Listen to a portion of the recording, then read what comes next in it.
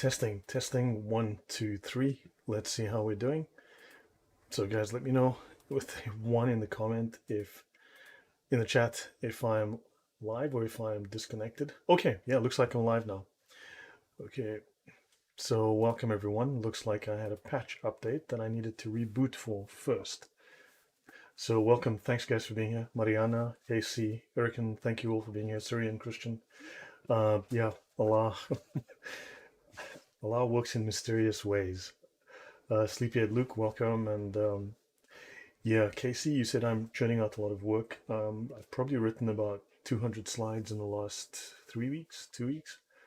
And I've probably done, I mean, yeah, I've probably done 40 or 50 hours of research in the last 10 days or so. So yeah, I'm rather busy. But let's jump right in so that I don't waste more time. I briefly showed you guys this yesterday, so I am busy revising this. Okay, this is about the Islamic lobby, and everyone speaks about the Israeli lobby in the US, but you don't really see much discussion about the Islamic lobby, who are very powerful, very wealthy, and almost invisible, right? And just to let you know about this, because I'm busy working on multiple projects at the same time. Syrian Christian, you've been doing 50 hours of gaming and sleeping. Yeah, I wish. Okay, well, but yeah, I'm really just busy with research. And so I want to show you some of the things I'm busy with, then we'll jump in. So the Islamic lobby does work to undermine US interests. It influences foreign policy as well as domestic policy in the US.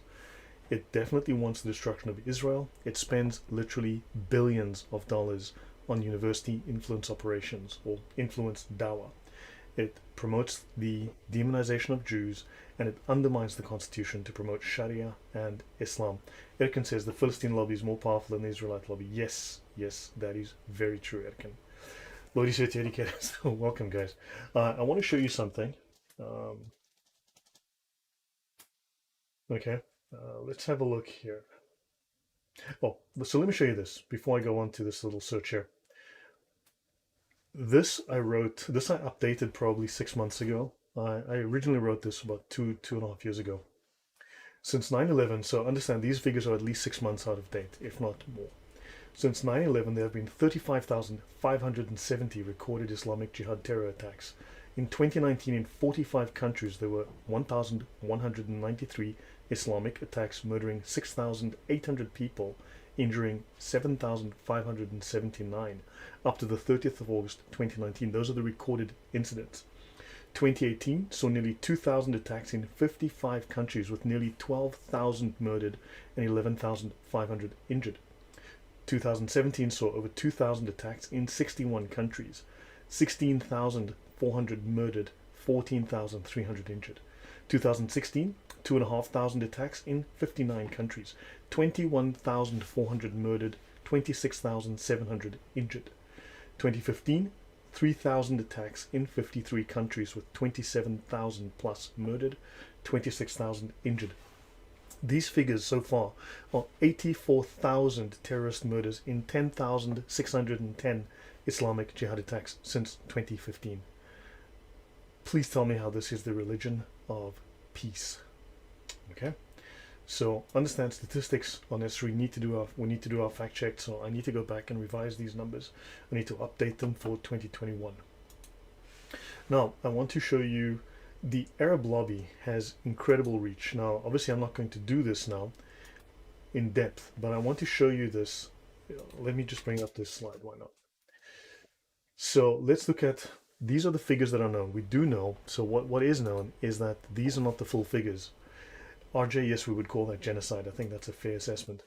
Now, I want you to understand that I will do this in the future, so probably sometime in next month, I will do this slides. I'll update these and do these with you guys. But China has spent up to, I think 2 years ago, $680 million on their influence operations in universities, in 1,597 donations. Now, this is taken from public documents, which the universities have to publish, right? So the Religion of Peace website, yes, thank you. That's a very good website, Arnold. So exactly, very warm yellow peace, but not what we would call, true peace. So these universities have to release, American universities must release their funding figures. We do know that they do not. They have been hiding these numbers. The actual numbers are at least double what we know publicly, right? Notice that Kazakhstan spent 62 million, Kuwait spent 65 million, Israel is one country. There are something like 51 countries within the UN that represent the Islamic bloc. Understand, Qatar has spent $1.25 billion. Saudi Arabia, $649 million. So Qatar is outspending Saudi Arabia to gain influence in universities, to buy minds, right? Not only university students are now indoctrinated with this false dawah, but also you're looking at think tanks, lobbying. Now, when you look at, right, so understand, well, this is a lot of money. It's over $2.5 billion that is known in 1,848 Islamic donations. Now, notice here, when you add up to these countries, just Qatar and Saudi Arabia, you have 35.4 times more money than Israel spends in lobbying. Okay, when you add these two countries, Kazakhstan and Kuwait, you have 38 times more money than Israel spends in total. This $2.5 billion is 47 times more than Israel's spend in universities. Now, the question is, where does Israel spend its money in universities? Well, on farming, biotechnology, agriculture, and research in how to farm better, how to use water better. These guys are indoctrinating your children. I'll leave this here, but I will discuss this. Sergeant Grinch, hey there. Yeah, I know. That's where I got those numbers from, the Religion of Peace. That's where I got those numbers. So yeah, it is all the peace missions since 2001 and pretty much up to, yeah, exactly. So I will leave this one here and I will go to the next one. Someone asked me about a different project. Someone asked me about a book that they were curious about. Okay, so the book that I used yesterday was this book, Arabia, the Cradle of Islam, Studies in the Geography, People, and Politics of the Peninsula with an Account of Islam and Mission Work. This is by Reverend S. Samuel Zwemer. Okay, Samuel Zwemer. This is a very interesting read, and it's got those tables that I mentioned. I will show them again today. Okay, Jihad Watch is another good site. Yeah, so I'll close this. So now you've seen that, and so that's Zwemer here. So Samuel Zwemer said, Islam is not an invention, but a concoction. There is nothing new about it except the genius of Muhammad in mixing old ingredients in a new panacea for human ills and forcing it down by means of the sword. So T.W. Arnold said, Islam was born in the desert with Arab Sabianism for its mother and Judaism for its father. Its fosterness was Eastern Christianity. So there you go. So Hank Waldron, are you pro or anti-Islam? Are you pro or anti-thinking?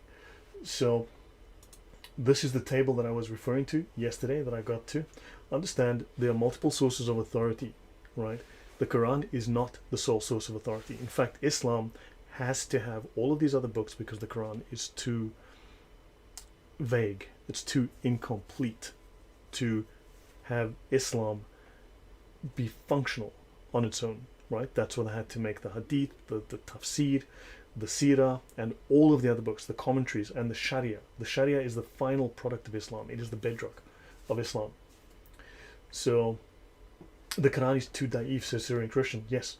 So understand, you have here the book and you have the man, but notice there's something called other authority, right? You have the book, the man, and other authority. So let's just finish. So you can see these are all the sources here.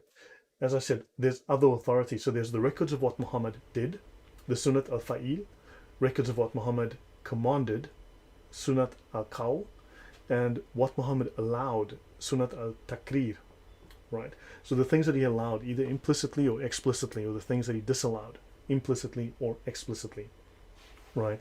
Now, of course, notice it says here, other authority. Now, the Quran is this big. The Quran's the size of a postage stamp. The Sharia is the size of the public library. Understand, the Quran is tiny. The Sharia is enormous. You can stick a Quran in your back pocket.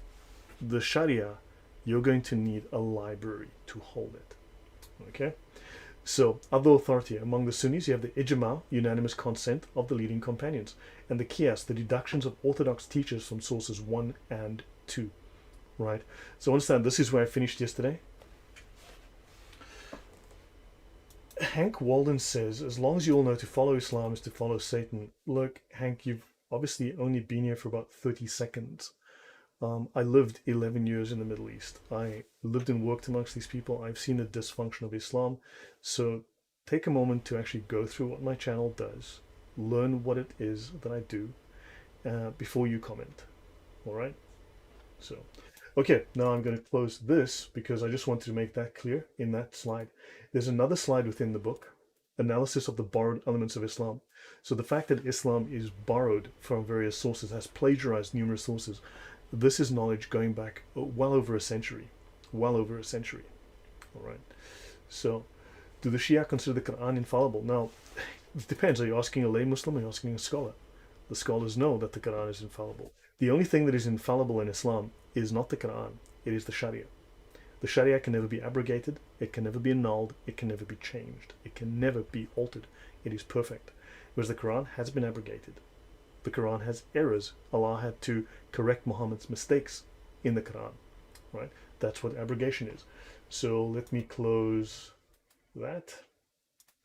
And let me go back to my presentation. Right, that'll take a few seconds to load because it's a huge file. All right. Hello, Built to Speed, welcome. So, okay, so here we go. Now, I've made some updates to these slides today. So, and thank you guys for being here again.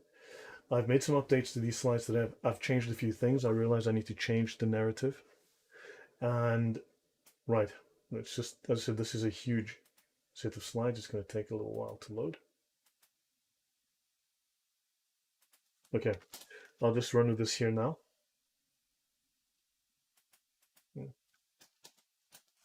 Right. I updated this slide. Remember, Islam has these 12 priorities. Now, you could make them 14, you could make them 15, depends how you do them. But these are the priorities within Islam. And the debate that everyone is having is here at number 10. So we are here. We are stuck here. We're missing most of this. Okay. But I do want to mention, in terms of its Hebrew Jewish origins, now, of course, this is where the conspiracy theorists step in and say the Jews created Islam. And of course, then you get the other conspiracy theorists who say the Catholic Church created Islam. Both of those groups are wrong. It's people like today. They're both wrong, uninformed and wrong, and likely gullible too. So understand that it's plagiarism from multiple sources. Now, the word deen, as I mentioned, Islam being a deen, it means law in Hebrew. And Islam is the deen ul-haq, meaning the truth or the right way, right? What is right, what is correct. This is the same word as the Jewish haq, statutes. So they've borrowed numerous things from Judaism. Now, I ended here yesterday, and I will continue from this point. Oh, let me continue. Let me actually go back here. So we did the 4 integrals for the validity of a ruling in Islamic law, and I went through that at length. I've simplified that into just a handful of slides, but we went through that yesterday, right? And understand, just to remind you, Hank Walden, I live in Southwest Detroit, ran Arabs in Islam for 47 years. I fought in Iraq. Well, I've studied the Quran, the Hadith. Excellent. Well, that's good to know. Then, yeah, I was in the Middle East for 11 years. So, yeah. Now, when the 4 necessary integrals of consensus exist, the ruling agreed upon is an authoritative part of the sacred law that is obligatory to obey and not lawful to disobey. Nor can mujtahids of a new generation, that is the mujtahids of today. A mujtahid is an Islamic scholar, a legal scholar, but these are the top legal scholars. They've reached the pinnacle of their knowledge, right? But I will mention that there's an additional law that I've added here. Someone raised among the Muslims who denies the obligatoriness of the prayer, etc., or denies something else upon which there is scholarly consensus or ijma, which is known as being part of the religion. If they deny this, they become an unbeliever, a Kaffir, and they are executed for their unbelief. Okay? Yeah. Yeah, man. I've been out to Iraq as well, to northern Iraq. It was a good time. So, I know Armageddon News Channel on YouTube. I chat to the guys sometimes. So, yeah, moving on. Okay, so understand when a Muslim denies what is in the Sharia, this makes him a kafir. And notice that ISIS followed the Sharia to the letter. ISIS was Sunnis.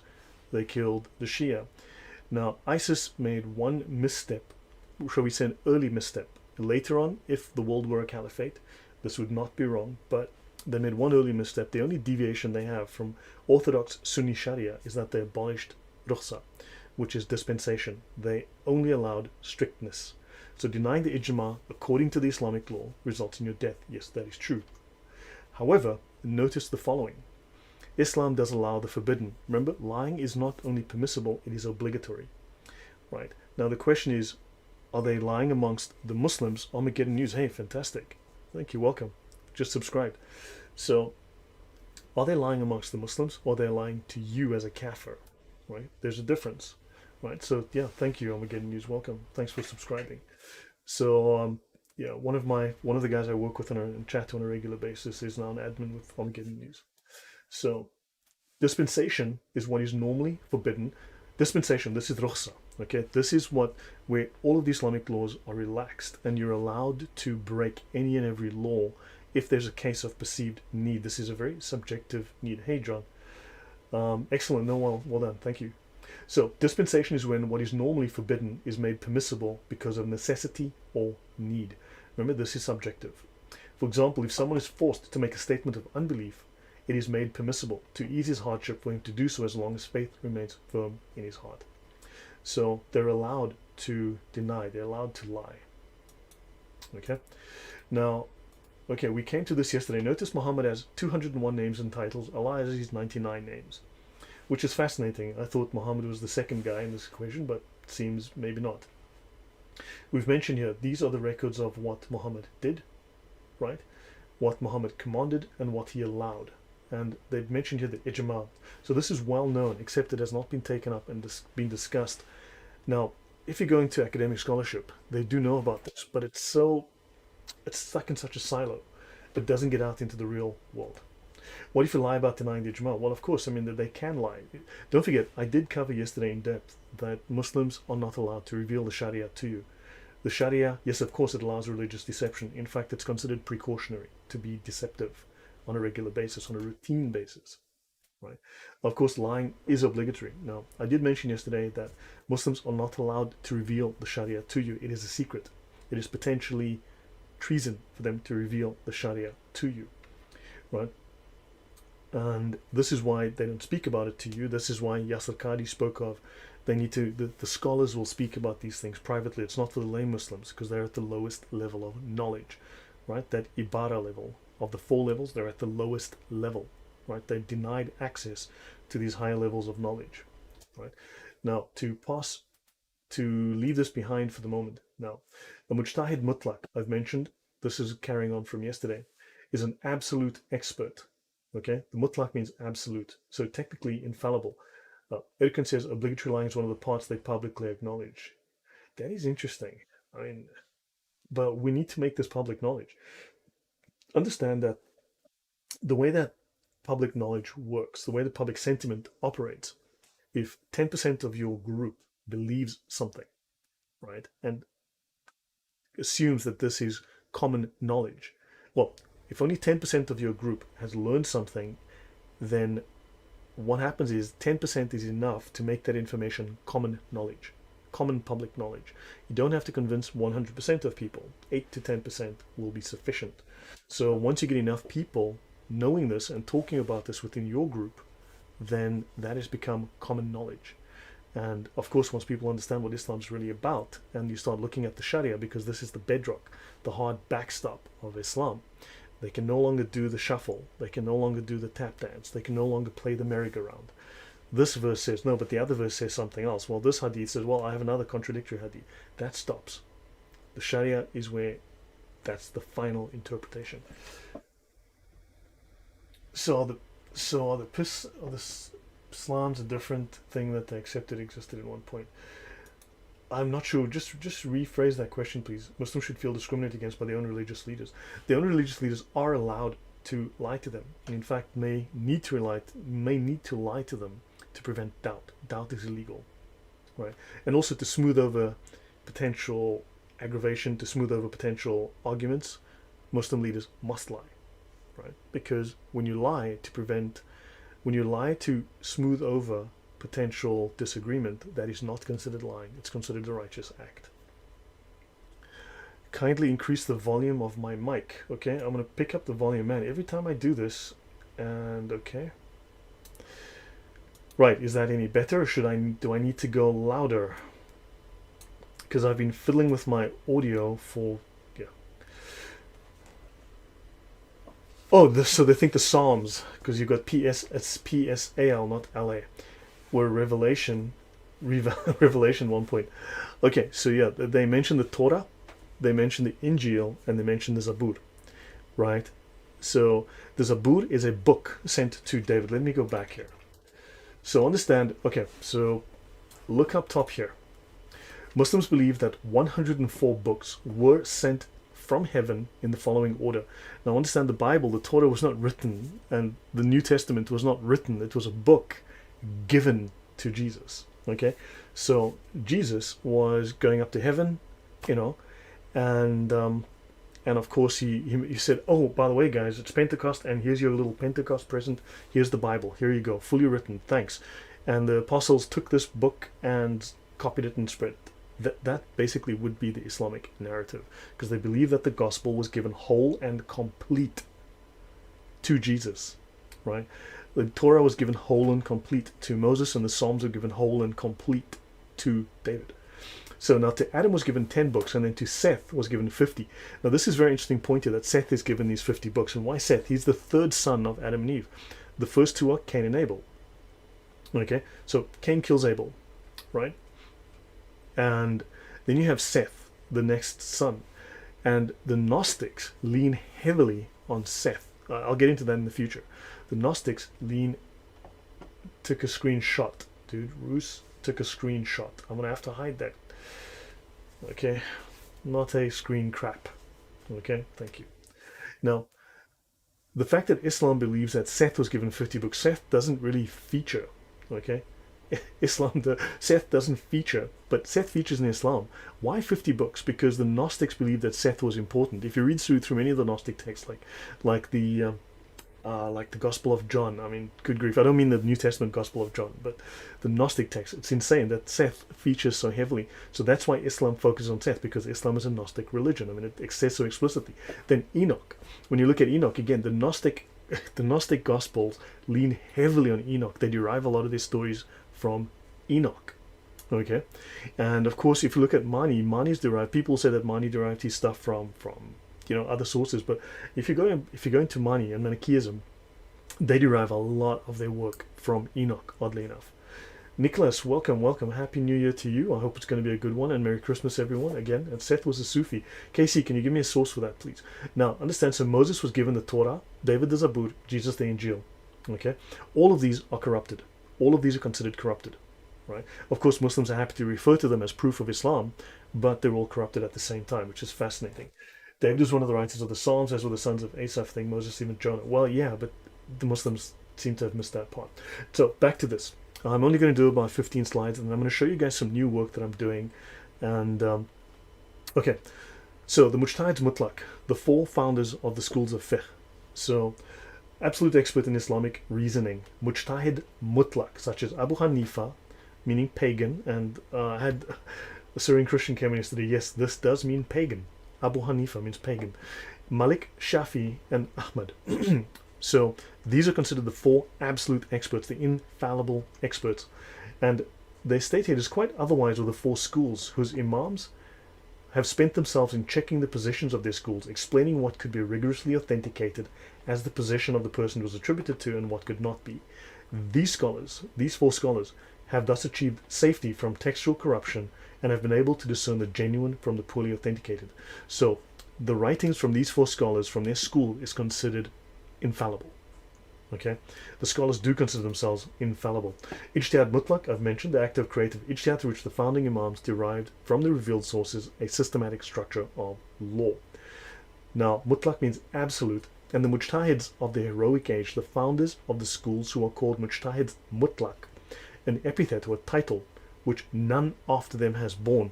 So these are the only four scholars in Islam who have received the title of mujtahid mutlaq, the perfect, infallible scholars who cannot make mistakes, because God, the hand of Allah, is over the group and they cannot make a mistake. Muhammad made mistakes though, and Allah had to abrogate the Quran to fix Muhammad's mistakes, as the scholars will happily tell you. But understand, there's only one scholar above these guys, these mujtahids, and that is Sheikh al-Islam, well, the Hujjat al-Islam, Ibn Ghazali. Okay, hold on, I have a message that just came in. Let's just give me 1 second. Yeah, not to worry. I mean, I wasn't. So yeah, guys. Part of the reason I'm doing this is not necessarily that I'm wanting to. Well, I need to run through these slides to get familiar with them, with the material. Make sure that I've got this presentation in the shape that I need to have it for next year, because I'm going to be doing these slides again, right? So I might actually delete these, redo them, and do this again next year. So now I want to talk about theocratic legal systems. So a theocratic legal system will take revealed scripture and then further apply those scriptures with the aid of prescribed rules of exegesis, extrapolating a legal and social system, right? And this combination of divine revelation, give me a sec, of divine revelation, human reason, is according to them the only path to law. Such systems deny that law can be created by human legislation, as we believe in the West. So Sharia, they want the Sharia. Now they don't want the Quran. The judge doesn't sit with a copy of the Quran and figure out what kind of parking fine he gives you from the Quran. He doesn't do that. He goes to his legal texts. Now these are numerous scholars of Islam that propose to assume that beyond the pre-Islamic Arabian customs, because all of the Arabian groups, all of these regional geographic groups, had their own legal customs. They were all different and often contradictory, and they had to define a common identity and a common system for those who were falling under the control of Islam. Now, for these scholars, Jewish law is an obvious starting point, besides what was previously pre-Islamic custom. Right? That's something I'll also tackle next year. This is because of the shared theocratic orientation of Judaism and Islam, the close geographic and temporal proximity. In other words, they were close in time as well as close in geography of the two systems, and the Talmud was only completed about the time of Muhammad's birth. And of course, they had a common language. They, as Jewish Arabs, they spoke Arabic, and of course, they also spoke Hebrew and Aramaic. Right? These are close Semitic languages. Okay. Now, the most important early Islamic law school, the Hanafi school at Kufa, was close to the Jewish academies of Surah and Pumbedita. They were very, very close, where scholars studied the Talmud throughout the formative period of Islamic law. And Eastern Talmudic Aramaic was the lingua franca of Iraq for centuries after the Islamic conquest. So, Talmudic Aramaic was a common language. So, what the fiqh? Basic definition. Sharia is the law of Allah and Muhammad, and according to the Sharia, they are equal in authority. Oh, Erkan says, well, thank you very much. I do appreciate this, Erkan. Thank you very much. He says, remember, one of Muhammad's desires was to implement an Arab nation. Then, yeah, and this was a way to create. Islam is Arabic imperialism. So, understand, according to the Sharia, what the lawgiver, so the lawgiver, the one who gives the law, is synonymous with Allah or Muhammad. They both are considered, according to the Sharia, equal authorities. This is shirk. Now, the Sharia are the eternal values and moral principles derived from Quran and Sunnah. Typically, these are the clear commandments. When Allah says, don't eat pork, that's pretty clear. That's Sharia. Okay? But what if you're starving and there's no other food? And then they say, well, okay, it depends, if how long have you been starving? It was 12 hours, 24 hours, 60 hours?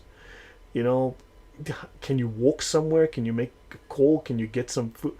All of these questions, which then determine how do we apply this don't eat pork rule, that's the fiqh. All of this thinking around this, how do we, when can we break this rule? When do we apply it? How long do we have to wait for it to be, etc., etc.? All of these questions, that's fiqh. Okay? That is the application, the extrapolation of the Sharia, right?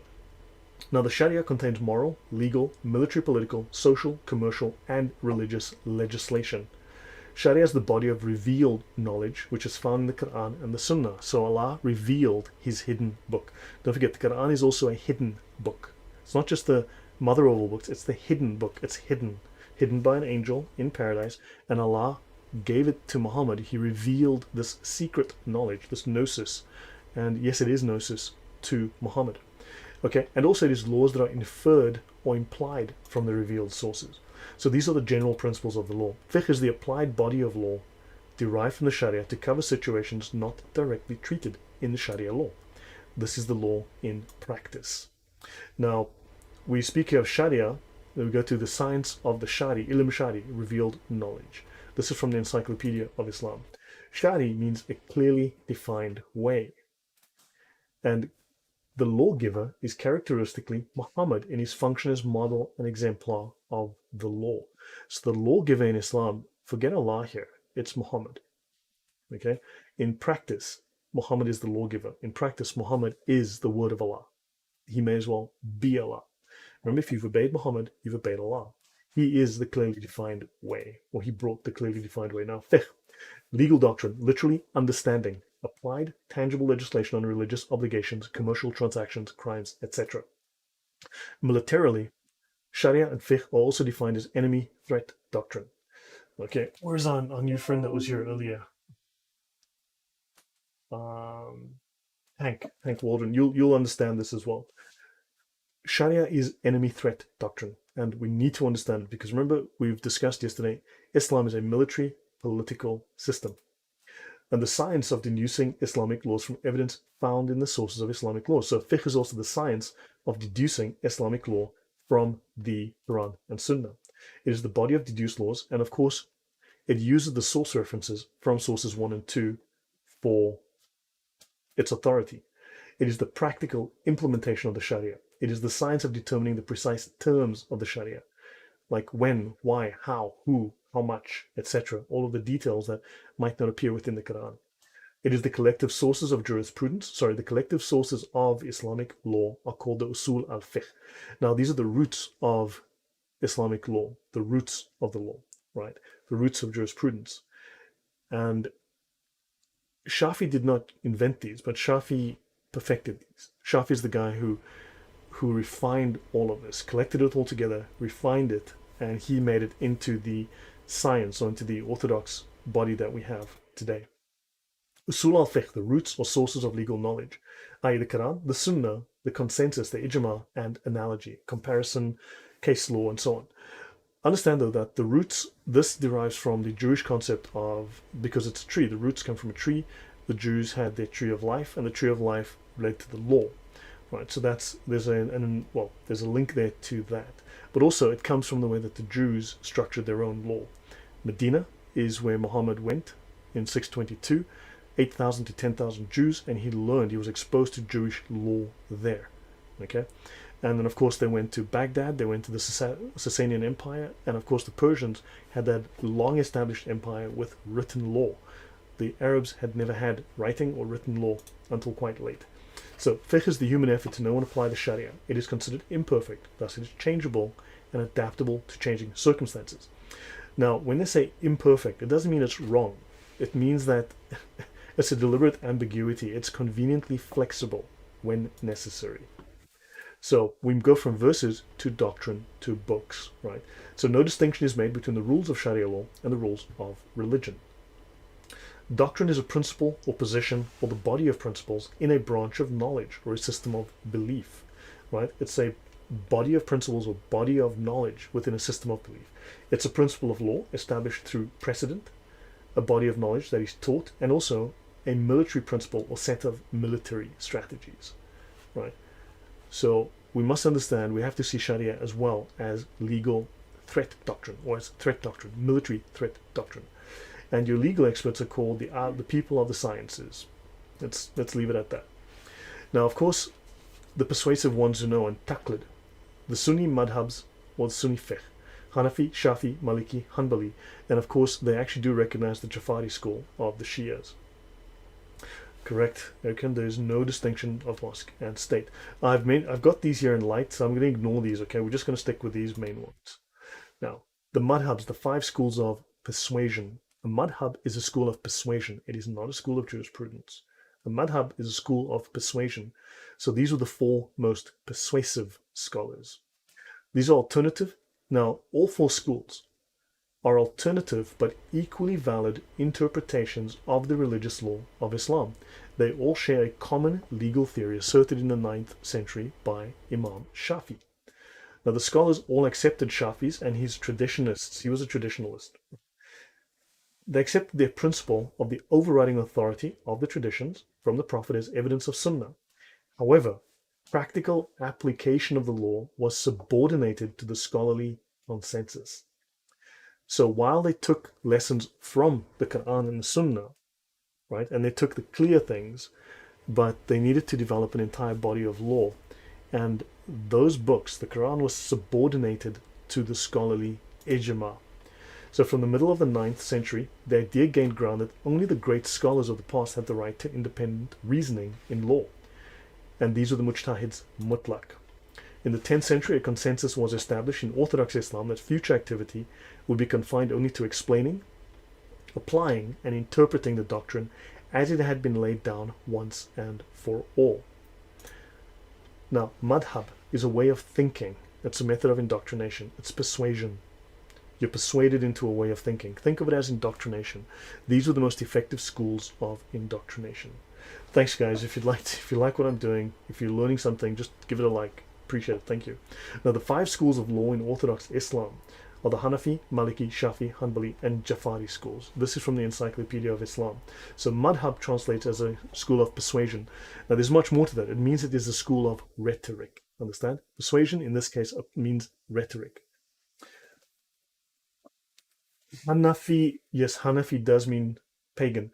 I don't think it's that simple. I don't think it's that simple. If you go through the text, it's actually quite lengthy where they discuss the etymology of the word Hanafi, but it comes from Mesopotamia. No, it comes from around Nabatea. Sorry. That would be the Petran thing from Petra. But yeah, that's a longer story on its own. We don't have time for that right now. Now, jurisprudence, okay, is fiqh. You can see the main meaning is fiqh, but jurisprudence also includes fatwas, ijma, ikhtilaf. There's a lot of confusion around Islam. People say, well, the scholars disagree. Remember, they agree on much more than they disagree. They disagree on about 20% of things. Things like when you pray, do you hold your hands up by your face? Do you hold your hands by your navel? Do you hold your hands by your side? These are not things that alter belief. Understand? These are minor cosmetic changes. Those are the 20% of things they disagree upon. The 80% of things that they agree upon are substantial, important matters that do affect Islam. And they agree on those important things. They've agreed to agree. Ikhtilaf means difference. This is the science, the doctrine of difference, of how they've harmonized the differences, right, within what is happening in... So ikhtilaf is how they've harmonized the differences between the schools. And they've made those into an issue that is not a problem within Islam. And of course, taqlid we'll get to in a minute. Now, sunnah, plural, sunnan, habit, hereditary norm of conduct, custom, a normative custom of the Prophet or the early community, and orthodoxy. What is sunnah is orthodoxy. There is orthodoxy within Islam. They might lie about it, they might try and fool you. There is orthodoxy. Now, fiqh, as different from madhab. Fiqh means understanding, knowledge, and intelligence. The technical term for jurisprudence. It is the science of religious law in Islam. Just like reading the Bible is a science. Okay, giving a sermon is a science. Now, I don't think this meets our criteria of what we call a science, but in Islam it is a primary science. Don't forget, the major sciences in Islam are religious sciences. The secondary sciences, tertiary sciences, are things that you would call science, like test tubes. Okay, things that we would term typically experimental science. Those are secondary. In fact, that would be tertiary, because your secondary sciences are what they call the ilm al-amal, the practical sciences. Those are secondary to the religious sciences which were brought by Muhammad. He was the perfect example. He was the exemplar of the most important sciences in Islam, the religious sciences. And we all know Muhammad was illiterate, but he was the world's greatest scientist, according to Islam. In Hans Wehr, Hanaf is the root for orthodox and pagan. That's interesting. Thanks, RJ. That's a very interesting point. I'll have to look in the encyclopedia for that.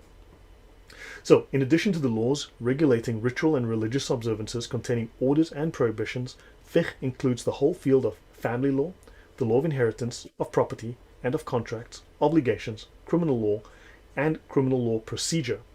So understand, Islam is a lot more than just a religion. It's a lot more than how you pray in church. Understand, it's a lot more than how you get to heaven. It is an entire society, an entire structure for law. And finally, constitutional law and laws regulating the administration of the state. It is a totalitarian political system. It is a full political system. It is an entire series of law books. We are focusing with a microscope on the little bit of Islam that is religious and ignoring the massive, massive elephant in the room, which is the rest of Islam, which is the Sharia.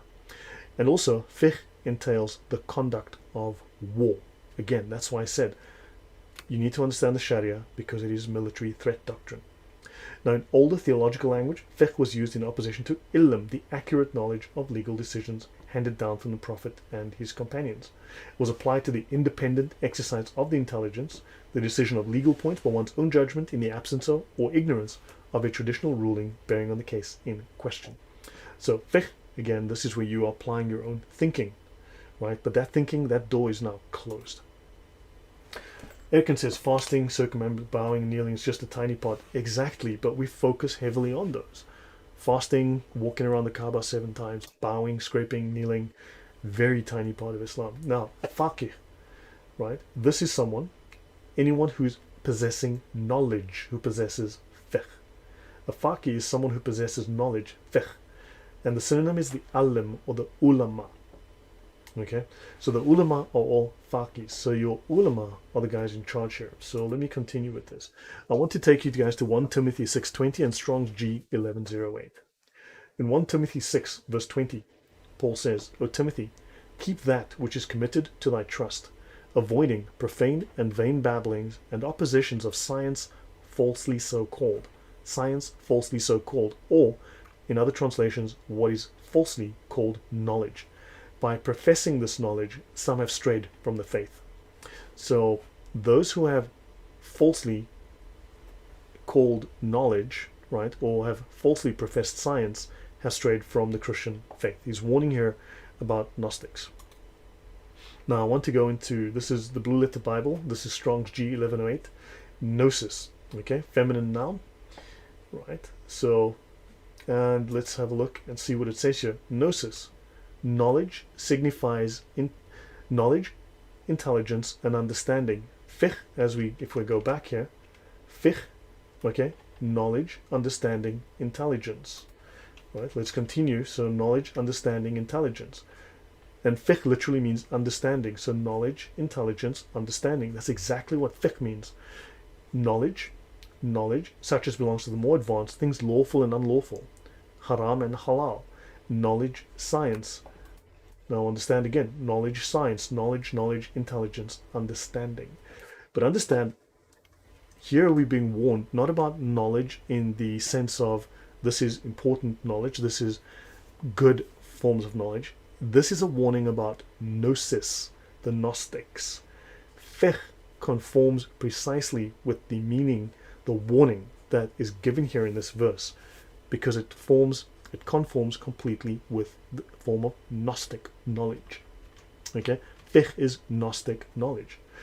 Now, any comment on that, guys? Just drop me a line there. So now, ijtihad and taqlid, muqallid that hear and obey. Now, ijtihad, the effort in law, the use of individual reasoning, exerting yourself to form an opinion in a case as to a rule of law. Welcome, Eva. So this is achieved by applying analogy to the Quran and the customs of the Prophet. So you take his example, you extrapolate that, you formulate law.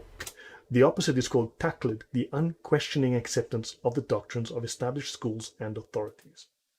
Taqlid is imitation. In law, it is the unquestioning acceptance of the doctrines of established schools and authorities. A person who is bound to practice taqlid is called a muqallid. And in theology, It is imitation of the Prophet, of his companions, and their pious successors. Now, Muslims will lie to you about, well, no, no, no, we don't follow the scholars. That's not my scholar. I've heard that one too many times. That's not my scholar. Seriously, the next time they complain to you about St. Paul, just say St. Paul is not my scholar, right? And just say, no, he was a sectarian. Why are you talking about him? He's not important. He's not my scholar. He was a sectarian. That's what they say when we talk about their major scholars. So, hey, what's good for the goose is good for the gander. But anyway, so understand they do follow the Prophet. So therefore they are following taqlid. They're muqallid. They are forced by legislation from Allah to follow taqlid, to follow the school, to follow their imam who follows the school. Right? Now, you must have also heard Muslims say, we hear and obey. This is something they do say. Now, with consensus came an obligation to join a school. Once there was a consensus, Muslims had to choose a school. So despite the rule of taqlid, innovation, or bid'ah, did occur. Schools competed with each other, they influenced each other, they still compete with each other. Original thought, though, does not affect the established doctrine, nor does it affect the theory of the roots of jurisprudence. This has been fixed, right? So any of their original thinking is really just them wasting time. It doesn't change Islam. Islam, the Sharia, cannot be changed. Remember, it cannot be annulled, cannot be changed, cannot be altered, cannot be abrogated. So legal questions arose constantly, which had to be decided by specialists of legal science. Now, these decisions are called fatwa. The scholar who gives such a non-binding fatwa is called a mufti. The binding, permanent rulings are in the Sharia. Once recognized as correct by the common opinion of the scholars, these decisions of the muftis became doctrine. Right? They went into the law books. The activity of the muftis is of the same kind, though carried out against a different background as the first specialists in religious law. Those first mujtahids, they're doing the same thing, except they're working within the constraints of the existing ijma. Right? A mufti gives an opinion on a point of law, and a fatwa is an opinion on a point of law. Okay, now, have you consulted a scholar? Because, man, I have consulted all the scholars. Good grief.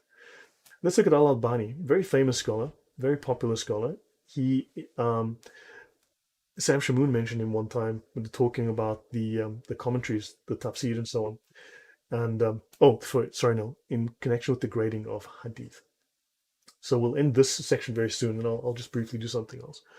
Allah the Wise has divided the Muslim community into two types of people: the al-dhikr, the elect, and those that depend on the al-dhikr, those who do taqlid and those who are in charge, the ulama, the major scholars, and those who follow them, the dippis who follow them.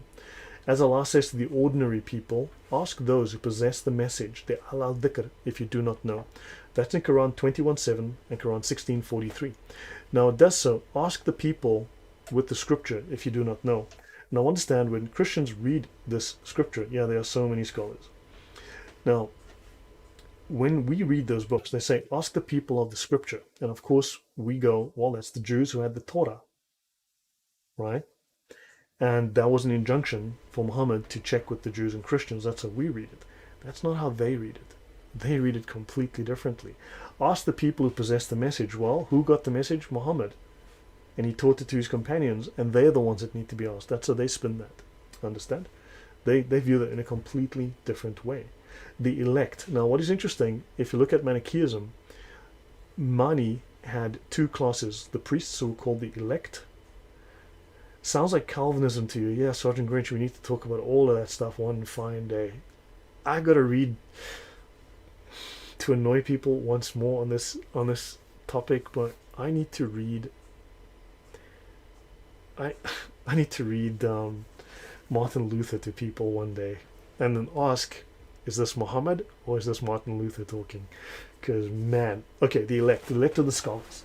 The elect are the chosen ones, the ones chosen by Allah. Allah has given them favor because who Allah favors, He gives them the knowledge. Okay?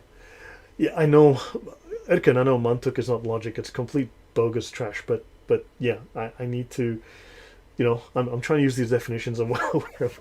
So anywho, so the elect are the scholars. The scholars are a level above your lay Muslims. They are the ones who possess a certain sacred knowledge, but it's secret knowledge, which your lower Muslims do not have access to and do not know. Allah has favored them because who Allah favors, He gives this knowledge. Okay, so these are the scholars. But notice in Manichaeism you had the elect and the hearers. The hearers would say that we hear and obey. And of course, what do Muslims say? We hear and obey. They are the hearers. And of course, you had the elect. And the elect is used to describe the scholars in the Sharia, oddly enough. The people of the dhikr, the people of remembrance, are, as we all know, are the people of the Quran and the people of the Hadith. Those who know the authentic from the unauthentic. Now remember, we mentioned the four scholars, right? They know the authentic from the unauthentic, and the general from the specific. The Sharia is general, the fiqh is more specific. So these guys understand in a broad global sense, right? So the general from the specific, and knowing the general is more important, it's a higher level. And the abrogating from the abrogated. And of course Muslims will lie about abrogation, but to become a judge in Islam, you must know what is abrogated. You must know what abrogates. Okay? Is that why the women in Islam, they don't have any knowledge? Who knows? Who knows, dude? And now, in this extended discussion, Al-Albani discusses a hadith that alters a Quranic verse, right? So if you go to this longer discussion that where I took this from, he discusses a hadith that alters a Quranic verse because, yes, the hadith do abrogate the Quran. I discussed this yesterday. And also he refers to the mantuk and the mafhum of the above verses. Now, understand, he doesn't explicitly state it like that. The mantuk and the mafhum are another form of abrogation. The Quran says the sky is green, right? This is what the literal plain text of the word said. The sky is green with yellow stripes. So Allah says in the Quran in verse 99.7, the sky is green with yellow stripes. Now when you read it, it says the sky is green with yellow stripes. However, that's the mantuk. The mafhum is how it is understood, not how it is read, how it is understood. It is understood to mean the sky is blue. So the verse can say, when you meet the Kaffir in the street, buy him an ice cream, give him $10, give him a back rub, tell him he's a lovely guy, give him a drink of water if he's thirsty, and give him a foot rub. That's what the Quran says. Those are the words in it. That's the literal mantuk. The mafhum, it is understood to mean stab him in the throat, take his money, rape his daughter, sell his wife into slavery. See, this is the literal meaning and this is the understood meaning. So understand there's another level of abrogation which you do not know about, which we need to learn about, okay? Because there's so many forms and levels of deception in Islam. Right, so, and let me finish. So, I have a few slides, but I'm not going to do all of them.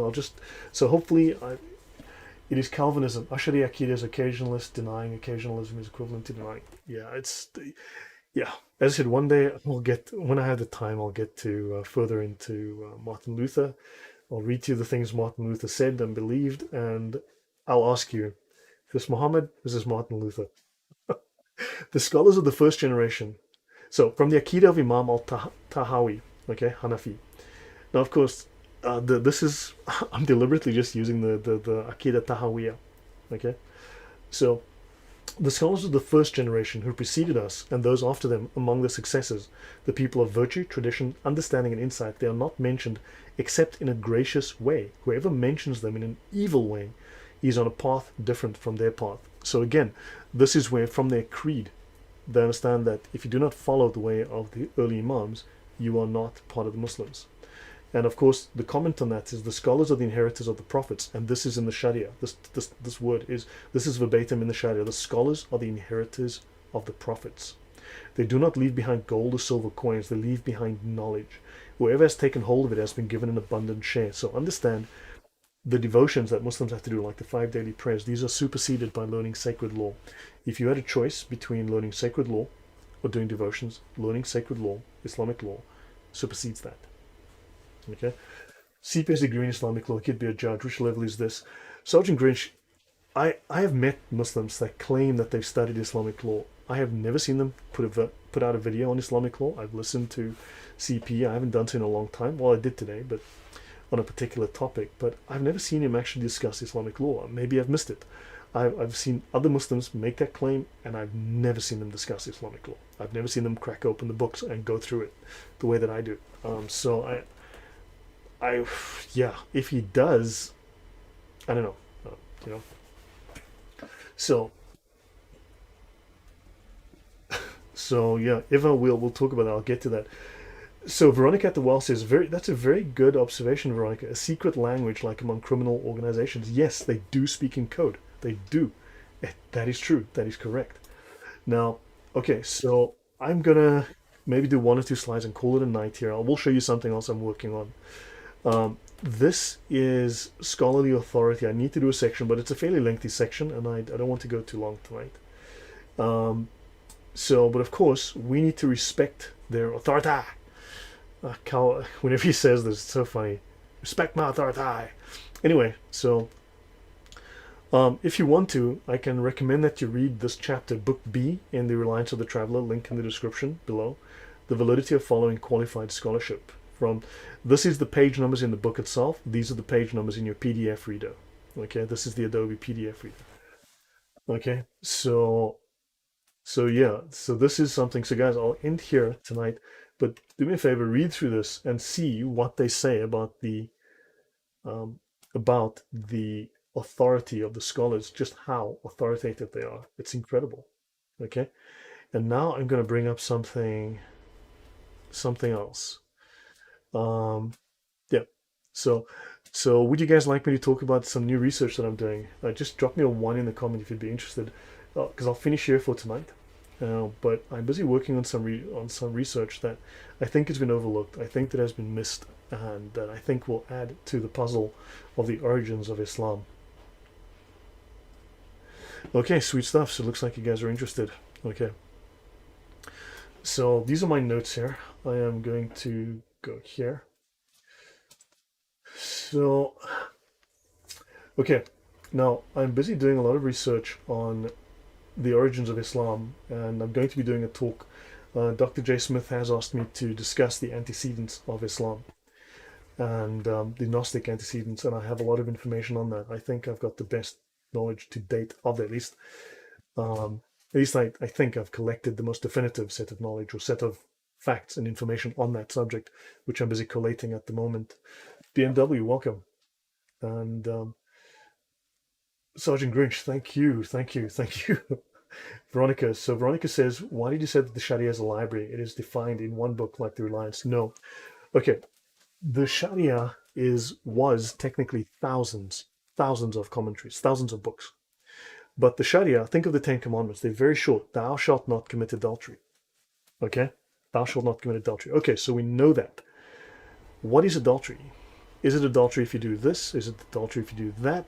Now think, thou shalt not commit adultery. Okay? There you've got a few words. Thou shalt not commit it. 5 words. Well done. God's given you 5 words. Don't commit adultery. Okay, so now you go, okay, what about divorce? What about marriage? What's adultery in a marriage relationship?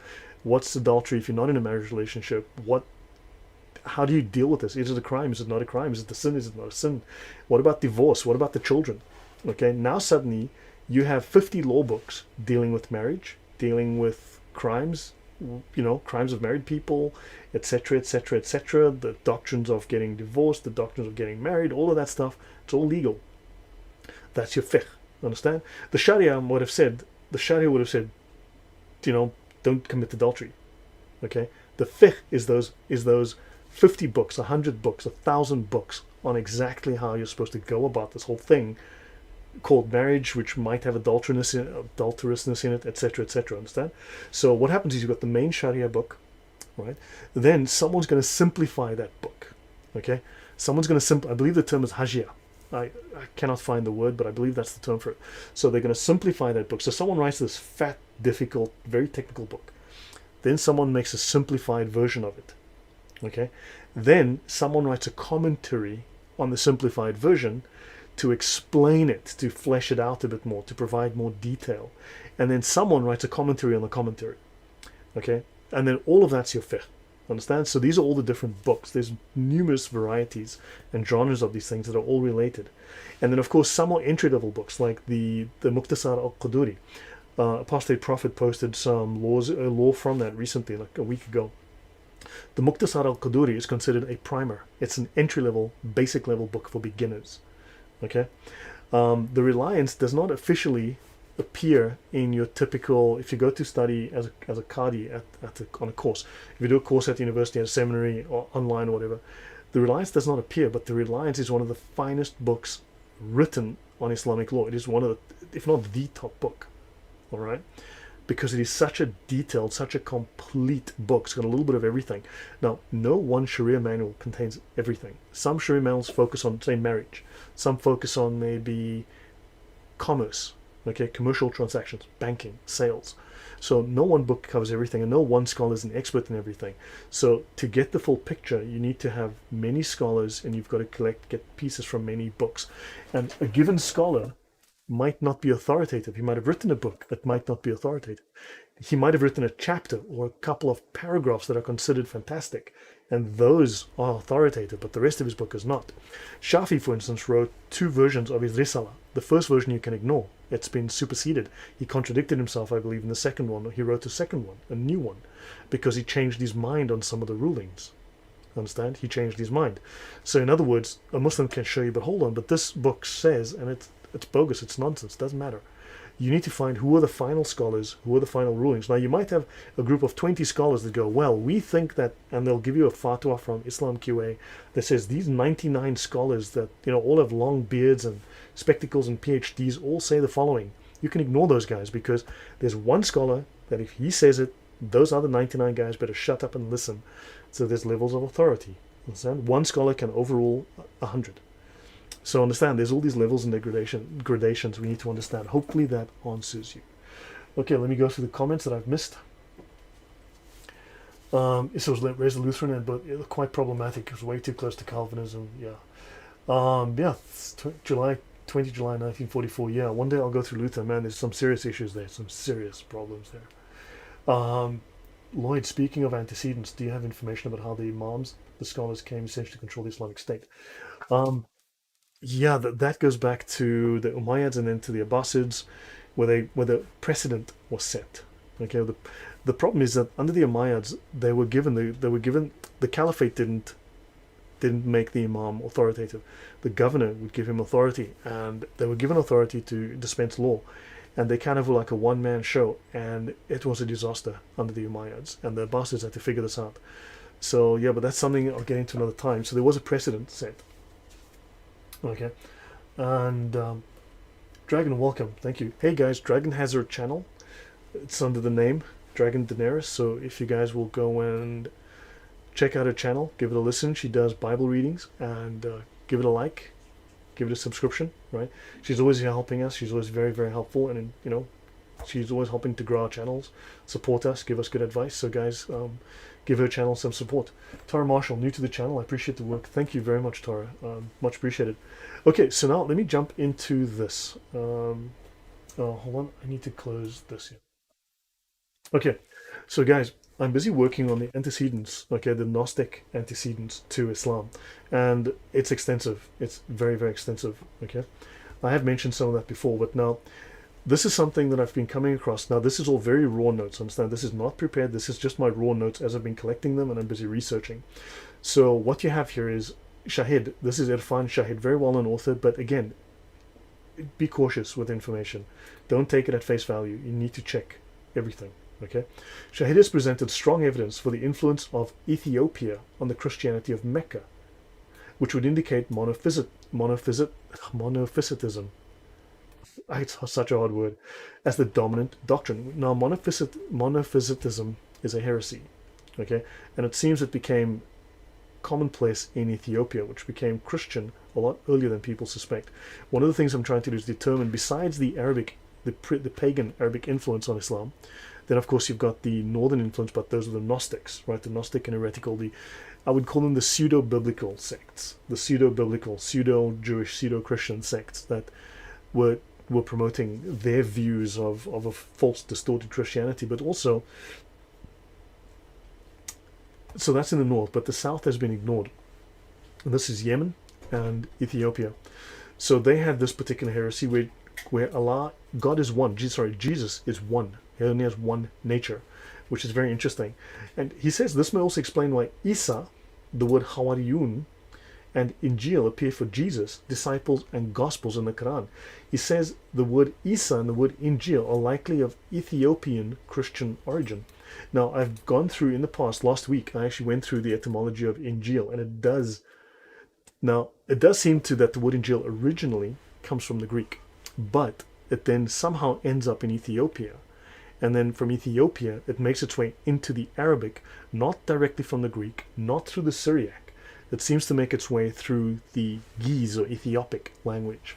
Understand? So this seems to be the most plausible explanation, but also, there's also the Persian Anjil, which is very interesting.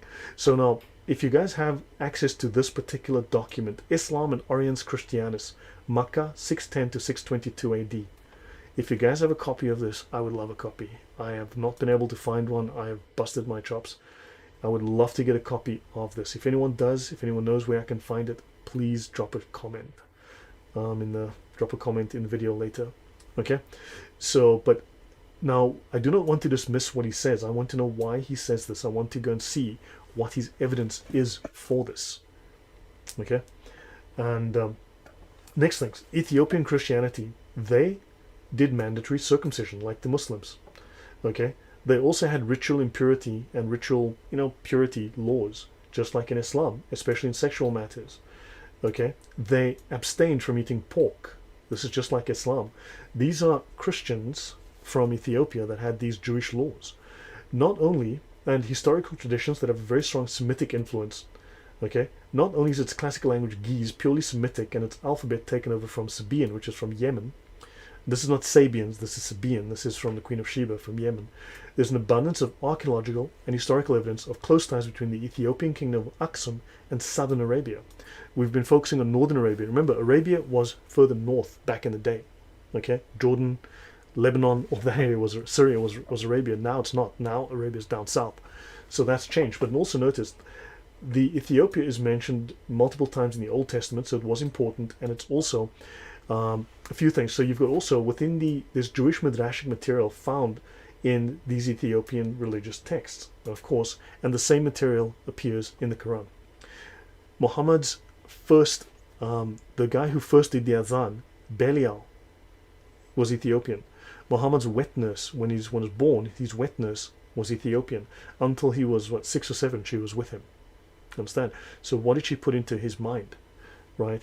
And then, of course, according to some scholars, Muhammad would have made the journey across the sea, just across the ocean, to Ethiopia. Now, look, obviously, we've got to take into account, is Muhammad a real person? I think there was a character, whoever he was, let's call him Jimmy, and Jimmy was a character who was obviously important, and then, of course, they took other characters and stuck them on top of Jimmy, so now you've got one character who's like an amalgam of multiple characters, and then eventually blah blah whatever. Okay, but this character Jimmy, he would have gone to Ethiopia, so he traded there and he learned it, because the Ethiopians had a major trading empire just like the Nabateans, and they controlled southern Arabia for some time. So it is not clear. Okay, for instance, I've mentioned this here: the Arabic Injil resembles the Ethiopian Wanjil and the Persian Anjil. So the word had been introduced into Arabia by Abyssinian Christians, Ethiopian Christians, at the beginning of the 6th century.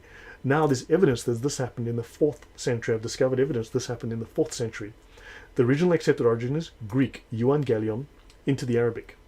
But, you see, it comes in via the Ethiopic Wanjil, okay? Not via the Syriac Evangelion. Now, this was uncovered less than 2 years ago in Ethiopia. A church on earth in Ethiopia rewrites the history of Christianity in Africa. So this is from the Smithsonian, and there's numerous. Jimmy became Superman. He did. So here you've got, in northern Ethiopia, a team of archaeologists uncovered the oldest known Christian church in sub-Saharan Africa. Okay, it's in Aksum, which is a trading empire that emerged in the 1st century. And the church is from the 4th century, the same time when Constantine legalized Christianity, which is incredible. So this church is 3,000 miles from Rome in the 4th century, the early 4th century, which is incredible. And this religion, Christianity, would have spread quickly through long-distance trading networks that linked the Med via the Red Sea with Africa and South Asia. Okay, so that is an interesting thing. Now, of course, you've got this. I've mentioned this before, but the Prophet's own witness, Barakah, is better known through her name, Ayman, who was Ethiopian, right? Then the Prophet's association with Ethiopians and Ethiopic is clinched by the dispatch of some of his followers to Ethiopia. He sent people. His closest associate, Bilal, was Ethiopian, and he was the first muadhin, right? The guy who did the call to prayer. And there's numerous other mentions within. So what emerges from the Quranic verses and the tradition is that there was in Mecca an Ethiopian Bible, and the Ethiopians would read it. Okay? So this means that the presence of Christianity in Arabia was up to 300 years earlier than we realized, than we expected, 300 to 400 years earlier than we give it credit for. Understand? This changes things. Okay, and so now a couple of things. So let me go here. Okay, now there's something interesting called the Temple of Awam. Now, Christian Prince has mentioned this, and I'm going to be digging deeper into this. But the sanctuary of the Queen of Sheba, Mahram Bilqis, Awam, comes from Wam, which means sanctuary. It's a Sabaean temple dedicated to the principal deity called Al-Makkah.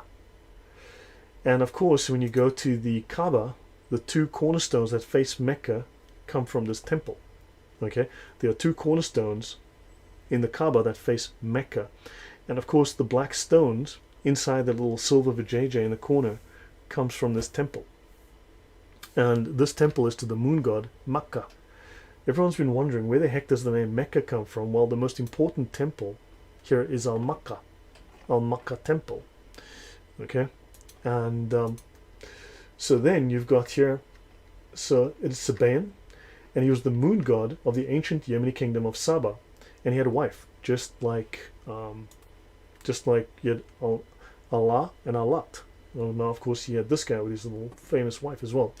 So he was worshipped all over, okay, northern Ethiopia. Al-Makkah, the moon god, worshipped in Saba, an ancient kingdom of Yemen, okay, as well as in Eritrea, northern Ethiopia. And of course, so you've got, now notice here, you've got inscriptions with old South Arabian words, Al-Makkah, right? So this is something that I'm busy working on, and I'm busy putting this out. And this could well be very, very important. So he was the male moon god who also borrowed attributes from the traditional sun goddess, a primordial mother figure. This is the symbol, it's a crescent moon, the symbol of Makkah. And this is a symbol for Al-Makkah, crescent moon. And of course, here it is again. And here it is, the crescent and the moon, or the sun. So you have the crescent and the something.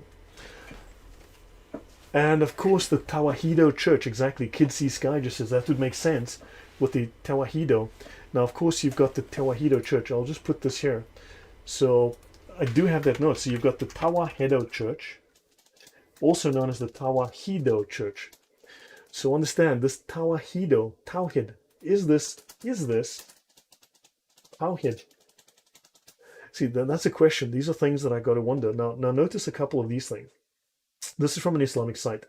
We are advised to seek knowledge from Yemen. The Prophet said, the people of Yemen have come to you. Belief, theology is from Yemen. Wisdom is from Yemen. Understand, the Prophet said we should seek out faith and theology from the people of Yemen, and the Asharis, and the Ashari Akida from Yemen. So, HK Fui available as a PDF download from Brawl for $35. Dude, I'm not paying $35 for that. That's like on the top of mosques, the horn of Baal. Exactly, Dragon, exactly. Understand? So, there's a connection here to the south, to Yemen and Ethiopia, that has been missed. Now, this is said by Tirmidhi, Bukhari, and of course Muslim. The people of Yemen have come to you. Faith is Yemeni, and wisdom is Yemeni. So the faith, the Islamic faith, is Yemeni. If it's Yemeni, then it's this faith, the Sabaean faith that they had, which is the belief in the moon god, and it comes from the temple of Al-Makkah, which is the main temple. So understand, there's just something here. So the belief is that of the Yemenites. The belief is that of the Yemenites. So the belief in Islam is that of the Yemenites. I mean, these are just really interesting. It's and yeah, so this is something that I wanted to, right? And also, remember the idea of things that are growing, okay? So Mecca cannot support agriculture. And they've mentioned, okay, lots of different agricultural things can come from west of Mecca, like in Jeddah and places, right? But olives don't grow there. Well, so then we know that for Dan Gibson and I believe for Dr. J. Smith, the reason that they liked Nabatea and Petra was because of olives growing there. Well, olives can also grow in Yemen and Nabatea. Olives also grow in Yemen. So what if Yemen is another potential source? I'm not making a definitive statement here. I'm just saying there's evidence here that needs to be investigated rather than dismissed. And they had a trade route. Okay, these guys controlled much of the Hejaz for a long time. They controlled much of the Hejaz for a long time.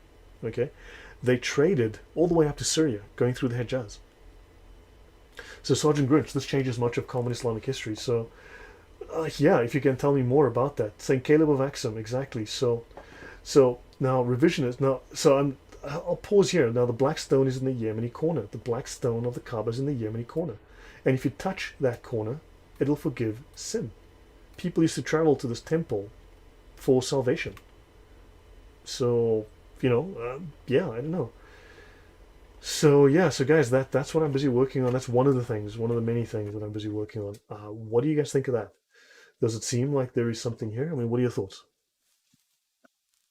Is there an Arabic root for Tawhid? If not, they would be clearly coming from another language. Exactly. But this Tawahido, the Tawahido church, where Jesus is one, he has one nature, God is one. Understand? There's just this interesting connection there, just this interesting parallel. Now, I'm not saying that Islam comes from a single source. I don't think it does. It definitely is stolen from everybody.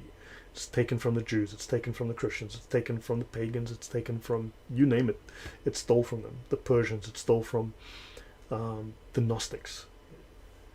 So much for Abraham building the Kaaba, exactly. But understand. So yeah, so guys, that's it from me. Thank you very much for being here tonight. I appreciate it. Thank you, Edkin, for the donation. Very grateful. I did something else. What did I do today? Oh, I bought some storage. I bought some permanent storage on Google, and so what I'm going to do is I'm going to be sharing all of my research notes, all the books and references, my dictionaries. I expand it on a weekly basis. I add new materials constantly, right? Yes, Sleepyhead, it's another possible piece of the puzzle. Exactly, it's another piece of the puzzle, because I need to determine what Christianity was in Arabia and when, right? And there were numerous Christian monks that went there, but there were also Gnostics that went there. There were heretics that went there, and there was a whole clash between all of these. In fact, the Gospel of Matthew went to Arabia in like the 300s, in the 4th century. However, the Gospel of Matthew was very soon corrupted by the Gnostics, and they went and wrote their own versions in Greek and Aramaic and so on. And next thing you know, there's like 5 different versions of this book, and some of them are completely false, and one of them is original. Understand? So there's this massive problem that there was all of this false Christianity floating around, and yeah, this is stuff I'm trying to figure out and make sense of, and it's a huge amount of research work. But yeah, guys, thank you. I hope this was helpful and interesting. And I'll be looking into this next year, but I suspect, yeah, Al-Makkah could well be the source of the name Mecca. There's a connection here that is very little is known about it. It needs to be investigated further. Sergeant Grinch, this was my outstanding session. Yeah, I want to get to the heart of Islam and then just rip its heart out, right? And feed it to the crows. That's my plan. Okay, guys, thank you very much. Have a wonderful night. Have a wonderful, hey, tomorrow is New Year, so have a wonderful celebration. Stay safe. I don't mean from COVID. I'm over COVID. I'm sick and tired of that. Just have a safe time. Don't get hit by a taxi or something stupid. Don't fall off a building. Don't get drunk and fall in the river. It's just Happy New Year's. Have a wonderful time. Go visit your family, right? Just hang out with a bunch of people and have a fun time. And yeah, we shall see you guys next year. I'll probably do something on the 2nd. I'll probably stream on the 2nd. So we'll see you guys. Take care. Happy New Year. Stay safe. Take care and good to see you all. Bye bye.